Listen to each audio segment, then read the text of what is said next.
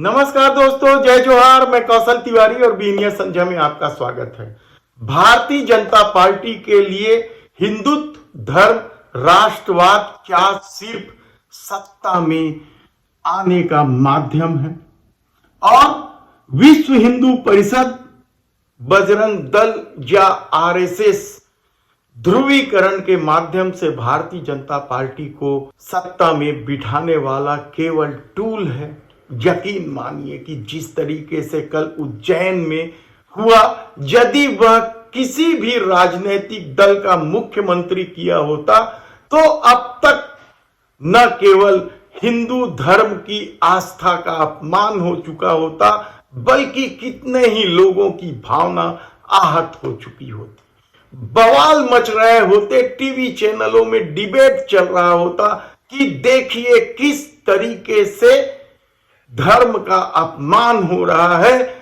हमारे आराध्य हनुमान जी से मुख्यमंत्री का स्वागत करा रहे हैं, लेकिन इस मामले में न तो किसी की आस्था आहत हुई और न ही मुख्यमंत्री को शर्मिंदगी ही महसूस हुई। जी हां, हम बात कर रहे हैं मध्य प्रदेश के नए नवेले मुख्यमंत्री डॉक्टर मोहन यादव की।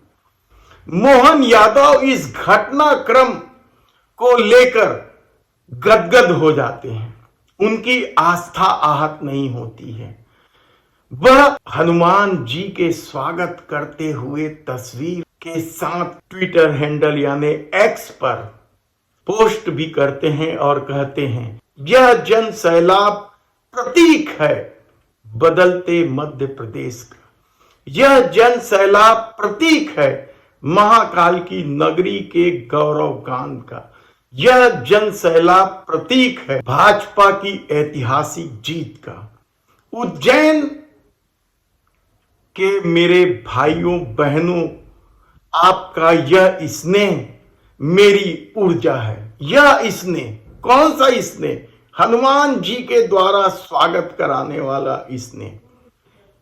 इस प्रेम व आत्मीयता के लिए बहुत बहुत आभार। यह मोहन यादव ट्वीट करते हैं। यकीन मानिए कि यदि इसी तरीके का स्वागत कोई और नेता का भगवान का रूप धरकर कोई कर दिया होता तो अब तक विश्व हिंदू परिषद, बजरंग दल सहित तमाम बांगर बिल्ले निकलकर बाहर आ जाते, बिलबिलाने लगते, कहते यह हमारी आस्था का अपमान है। कांग्रेस या दूसरे राजनीतिक दल की मानसिकता हिंदू विरोधी है। इसे लेकर सुरेंद्र राजपूत ने भी ट्वीट किया, भाजपा ने हमारे धर्म और हमारे आराध्य भगवान हनुमान का अपमान किया है। गोदी मीडिया के मुंह पे दही जमा हुआ है।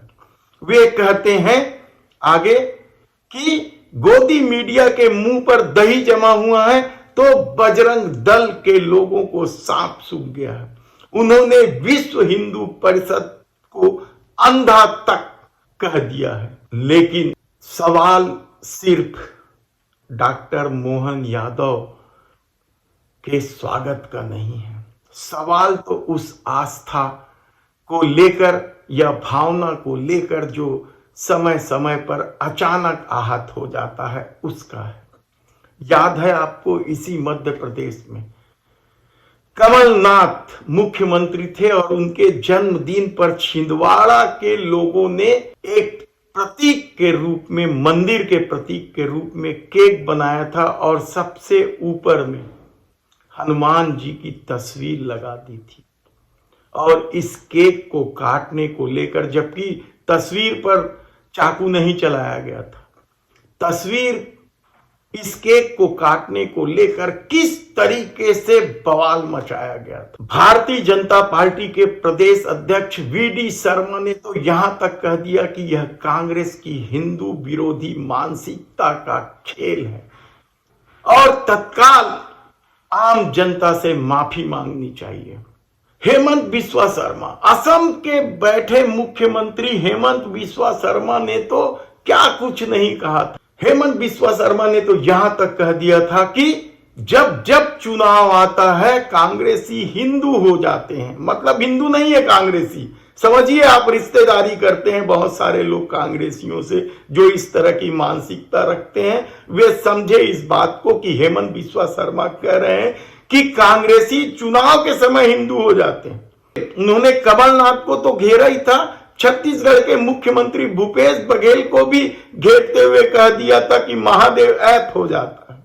और एक संत तो सीधा सीधा थाने में एफआईआर लिखाने की बजाय सीधे सीधे आईजी से मिलने जा पहुंचे थे कि कमलनाथ के खिलाफ एफआईआर दर्ज किया जाए और उनकी गिरफ्तारी किया जाए।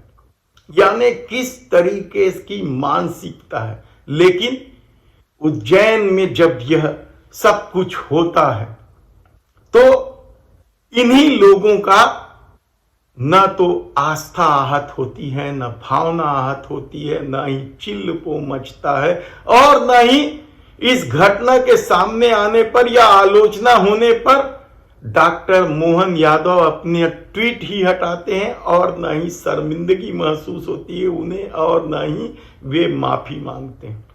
और किसी भी ने नहीं कहा कि मोहन यादव को माफी मांगना चाहिए। किसी भी बांगड़ बिल्ले निकल कर नहीं गए कि एफआईआर दर्ज होना चाहिए, क्योंकि वे भारतीय जनता पार्टी के नेता हैं। वे मध्य प्रदेश में मुख्यमंत्री हैं भारतीय जनता पार्टी के। वे कैसे अपमान कर सकते हैं? किसी ने कर दिया होगा, उसमें क्या। लेकिन क्या मोहन यादव को इससे शर्मिंदगी महसूस नहीं होती?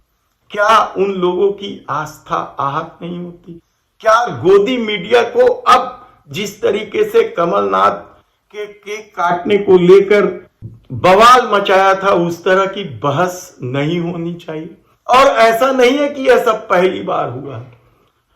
धर्म के नाम पर अधर्म का जो खेल इस दौर में हुआ है वह किसी से छिपा नहीं है। कितने ही उदाहरण हैं जब भारतीय जनता पार्टी के नेताओं ने या विश्व हिंदू परिषद के नेताओं ने या बजरंग दल के नेताओं ने कानून अपने हाथ में लेकर आस्था के नाम पर बवाल मचाया है।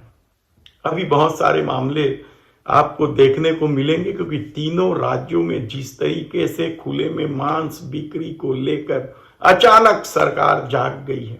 यह अलग बात है कि मांस बिक्री बहुत सारे लोग करते हैं, सभी धर्म के लोग करते हैं, लेकिन जब निशाना कोई धर्म विशेष का लोग हो और दिमाग में 2024 की सत्ता में बैठना हो तो फिर बहुत सारे बवाल आपको देखने को मिलते रहेंगे। हमारे पाठकों से आग्रह है या हमारे चैनल को देखने वाले लोगों से आग्रह है कि इसे खूब वायरल कीजिए, इस चैनल को सब्सक्राइब कीजिए, और यदि आपको लगता है कि यह बात सच है तो हमें आप आर्थिक रूप से भी मदद कर सकते हैं।